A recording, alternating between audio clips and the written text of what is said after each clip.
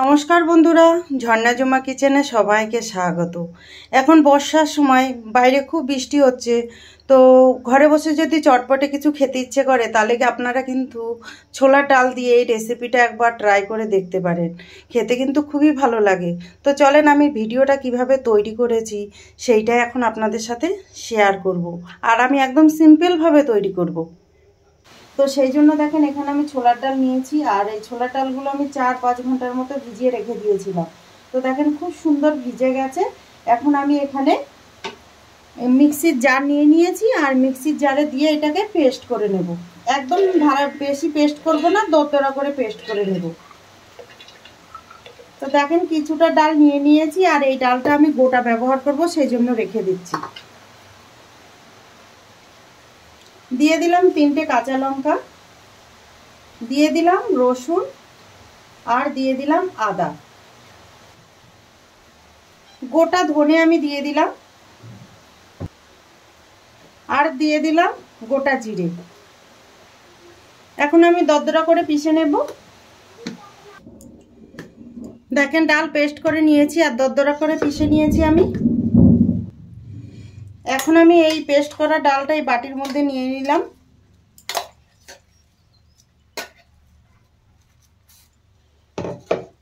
দেখেন গোটা ডালগুলো আমি নিয়ে নিয়েছি। দিয়ে দিলাম কুচনো পেঁয়াজ, দিয়ে দিলাম কুচনো কারি পাতা, টেস্ট হিসাবে নুন দিয়ে দিলাম, হলুদ গুঁড়ো।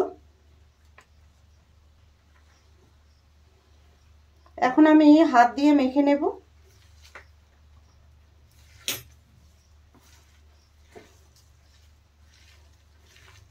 হাত দিয়ে মাখলে কি হবে, ভালো করে মাখা হবে, চামচ দিয়ে কিন্তু অতটা ভালো করে মাখা হয় না। দেখেন ভালো করে মেখে নিয়ে নিয়েছি, আর এগুলো এখন আমি বড়ার মতো বানিয়ে নেব।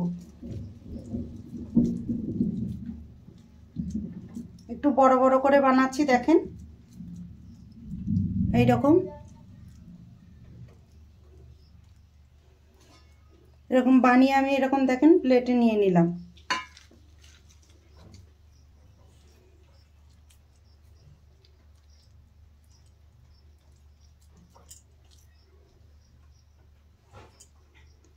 দেখেন কয়েকটা আমি বানিয়ে নিয়েছি, এখন এগুলো ভেজে নেব।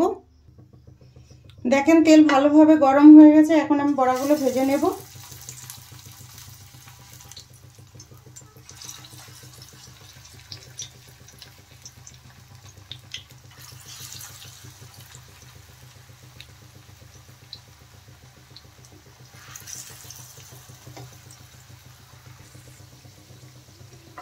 দেখেন বড়াগুলো এক সাইড ভাজা হয়ে গেছে, পাল্টে দিচ্ছি। এখন বেশ লাল লাল করে ভাজা হয়ে গেছে কিন্তু।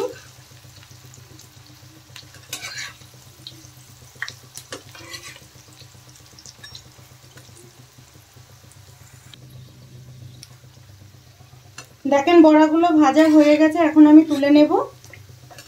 আর কালারটা কত সুন্দর হয়েছে দেখেন। এখন আমি দেখেন প্লেটে নিয়ে নিলাম। তো আমার ভিডিওটা যদি আপনাদের ভালো লাগে তাহলে আমার চ্যানেলটাকে সাবস্ক্রাইব করবেন, লাইক করবেন, কমেন্ট করবেন, আর অবশ্যই শেয়ার করবেন। আমি যেইভাবে রেসিপিটা তৈরি করেছি এইভাবে বানিয়ে খেয়ে আমাকে কমেন্ট করে জানাবেন। ভিডিওটা দেখার জন্য আপনাদের ধন্যবাদ।